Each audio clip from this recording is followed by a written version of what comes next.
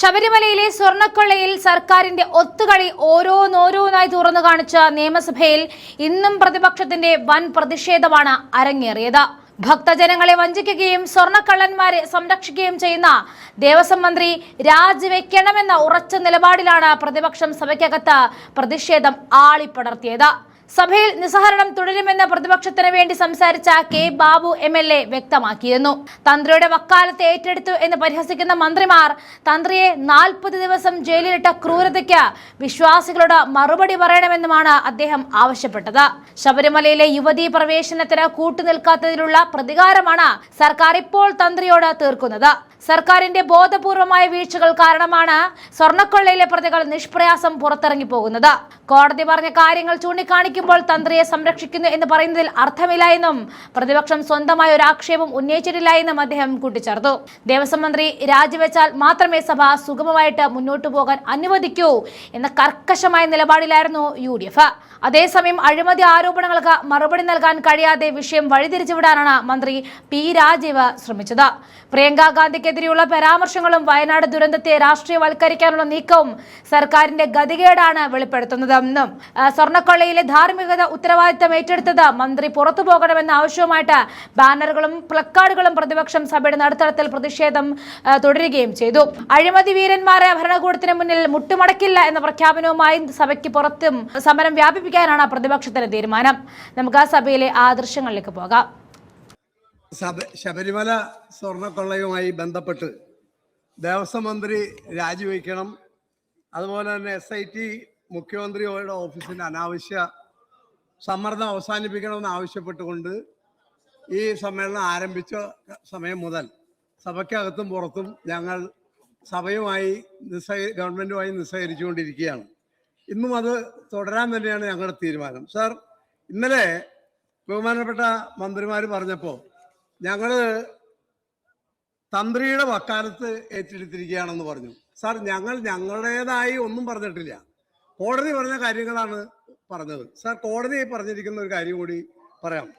Sir, കോടതി പറഞ്ഞത്, കൊല്ലം vigilance കോടതി പറഞ്ഞത്, very importantly there is nothing on record for the matter, not even an iota of evidence from the side of the special investigation team to establish any positive involvement on the part of the petitioner in the alleged irregularities. Yes. Not even an iota of evidence എന്നാണ് കോടതി ഉപയോഗിച്ചത്. അത് തന്നെയാണ് മലയാളത്തിൽ ഞങ്ങൾ പറഞ്ഞത്. ഞങ്ങളേതായി ഒന്നും പറഞ്ഞിട്ടില്ല. അതോടൊപ്പം തന്നെ സാർ, ഈ തന്ത്രിക്ക് പ്രത്യേക പരിഗണന വേണമെന്ന് ഞങ്ങൾ പറഞ്ഞതല്ല. കോടതി അദ്ദേഹത്തെ സ്വാഭാവിക ജാമ്യത്തിൽ വിട്ടപ്പോൾ ആ കാര്യം, കോടതി പറഞ്ഞ കാര്യം ഞങ്ങൾ പരാമർശിച്ചു, അത്രയേ ഉള്ളൂ. സാർ, അതുകൊണ്ട് തന്നെയാണ് തെളിവിന്റെ കണിക പോലും ഇല്ലാതെ ഒരു വ്യക്തിയെ ജയിലിലിടുന്നത് നിയമവിരുദ്ധമാകുന്നത് എന്ന് ഞങ്ങൾ പറഞ്ഞത്.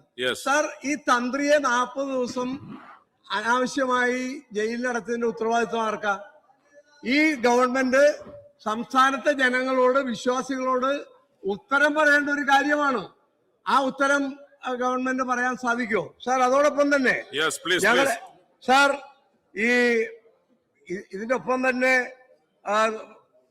ജയിലിൽ കിടന്ന ആളുകളെല്ലാം 90 ദിവസം കഴിഞ്ഞപ്പോൾ ജാമ്യത്തിൽ ഇറങ്ങിപ്പോന്നു. മിക്കവാറും എല്ലാവരും തന്നെ സ്വാതന്ത്ര്യ സമരത്തിൽ പങ്കെടുത്ത ആളുകൾ ഇറങ്ങിപ്പോരുന്ന പോലെ ഇറങ്ങിപ്പോരുകയാണ് ഉണ്ടായത്. ഗവൺമെന്റ് വീഴ്ച കൊണ്ട് മാത്രമാണ് സംഭവിച്ചത്. സാർ, അതുപോലെ തന്നെ ഹൈക്കോടതി പറഞ്ഞ ഒരു കാര്യമുണ്ട്. 2024 ഫേക്ക് അർജൻസി ഉണ്ടാക്കി ചെന്നൈയിലേക്ക് ശില്പങ്ങൾ കൊണ്ടുപോകാൻ ശ്രമിച്ചു എന്ന്. അപ്പൊ അതിനകത്ത് ഇന്നത്തെ മന്ത്രിക്കും അതുപോലെ ദേവസ്വം ബോർഡിനും ഈ കാര്യത്തിലുള്ള ഉത്തരവാദിത്വം ആർക്കും നിഷേധിക്കാൻ സാധ്യമല്ല. സാർ, അതുപോലെ CPM നേതാക്കന്മാരുൾപ്പെടെ ജയിലിലായപ്പോ ഗവൺമെന്റുമായി ആചാര ലംഘനത്തിന്റെ കാര്യത്തിലും യുവതീ പ്രവേശനത്തിന്റെ കാര്യത്തിലും സഹകരിച്ചില്ല. ഗവൺമെന്റ് നിലപാടിന് എതിരായ നിലപാട് സ്വീകരിച്ചു എന്നുള്ളതിന്റെ പകപോക്കലാണ് തന്ത്രിക്ക് നേരെ പ്രയോഗിച്ചത് എന്നുള്ള ആക്ഷേപമുണ്ട്. സാർ, സ്വർണ്ണക്കൊള്ളയുമായി ബന്ധപ്പെട്ട് ദേവസ്വം മന്ത്രി രാജിവെക്കണം, അതുപോലെ തന്നെ SITയിൽ മുഖ്യമന്ത്രിയുടെ ഇടപെടൽ അവസാനിപ്പിക്കണം എന്നുള്ള ആവശ്യത്തിൽ ഞങ്ങൾ ഉറച്ചു നിൽക്കുകയാണ്. ഇന്ന് സഭ അവസാനിക്കുന്ന ദിവസമാണ്. സാർ ഈ മന്ത്രി രാജിവെച്ചാൽ എത്ര സ്മൂത്തായി ഈ മന്ത്രിനെ കൊണ്ടുപോകും. ഈ സഭാ സമ്മേളനം നമുക്ക് അവസാനിപ്പിച്ച് പോകാൻ സാധിക്കും. അതല്ലെങ്കിൽ മുഖ്യമന്ത്രി അദ്ദേഹത്തെ ഒഴിവാക്കിയാൽ പോരെ. ഏതായാലും ഞാൻ ഒറ്റ കാര്യം കൂടി പറഞ്ഞു നിർത്താം. സാർ, ഇന്നലെ ബഹുമാനപ്പെട്ട ധനകാര്യമന്ത്രി പറഞ്ഞപ്പോ Assam PCC president Bhupen Kumar Bora BJP ചേർന്ന് ഇവിടെ പറഞ്ഞു. അദ്ദേഹം അതിൽ ദുഃഖം പ്രകടിപ്പിച്ചു.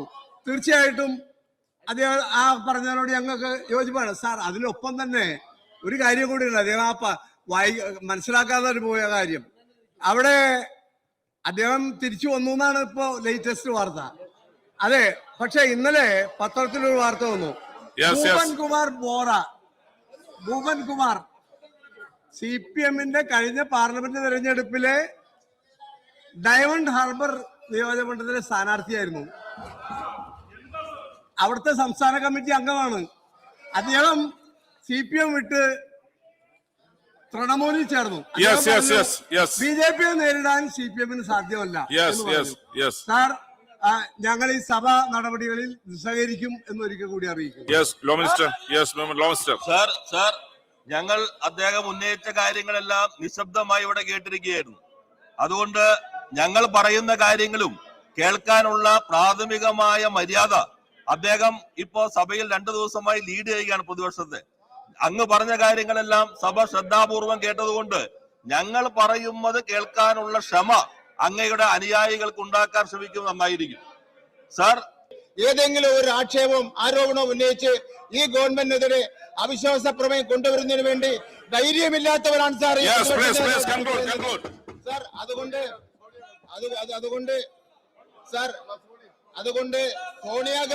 ബഹുമാനപ്പെട്ട സോണിയാഗാന്ധിയുടെ വീട്ടിൽ ഈ കാട്ടുകള്ളന്മാർ എങ്ങനെ പോയി എന്നതിനെ സംബന്ധിച്ചിടത്തോളം ഇവിടെ അവർ വിശദീകരിക്കുമെന്നാണ് സാർ ഞാൻ നോക്കുന്നത്. സാർ, അതുപോലെ തന്നെ സാർ കോടതിയല്ലേ സാർ ഈ അന്വേഷണ സംഘത്തെ നിയോഗിച്ചത്? കോടതിയല്ലേ അന്വേഷണ സംഘത്തെ നിയോഗിച്ചത്? അതിന് മുഖ്യമന്ത്രിയുടെ ഓഫീസും മുഖ്യമന്ത്രി മറുപടി പറയണമെന്ന് പറഞ്ഞാൽ എന്ത് ന്യായമാണുള്ളത് സാർ? ഇവർക്ക് എന്തുകൊണ്ട് ഈ കോടതി നിയോഗിച്ച അന്വേഷണ കമ്മീഷനെതിരായി മറ്റു ഉയർന്ന കോടതിയിൽ പോകുന്നതിന് വേണ്ടി ധൈര്യം കാണിക്കുന്നില്ല എന്നുള്ള കാര്യം കൂടി പറയണ്ടേ സാർ? ചോദ്യോത്തരം സഹകരിക്കണം പ്ലീസ്. ജനങ്ങളെ ബാധിക്കുന്ന വിഷയമാണ്. പ്ലീസ് ഒന്ന് ഈ ലാസ്റ്റ് സെഷൻ അല്ല. പ്ലീസ് നിരന്തരം ആവശ്യപ്പെട്ടിട്ടും ചോദ്യോത്തരവുമായി പ്രതിപക്ഷം സഹകരിക്കാത്ത പക്ഷത്തിൽ ചോദ്യോത്തരം റദ്ദ് ചെയ്തിരിക്കുന്നു. ഉത്തരത്തിൽ തിരുത്ത്. ഓർഡർ 15ാം കേരള നിയമസഭയുടെ 14ാം സമ്മേളനത്തിൽ 8/10/2025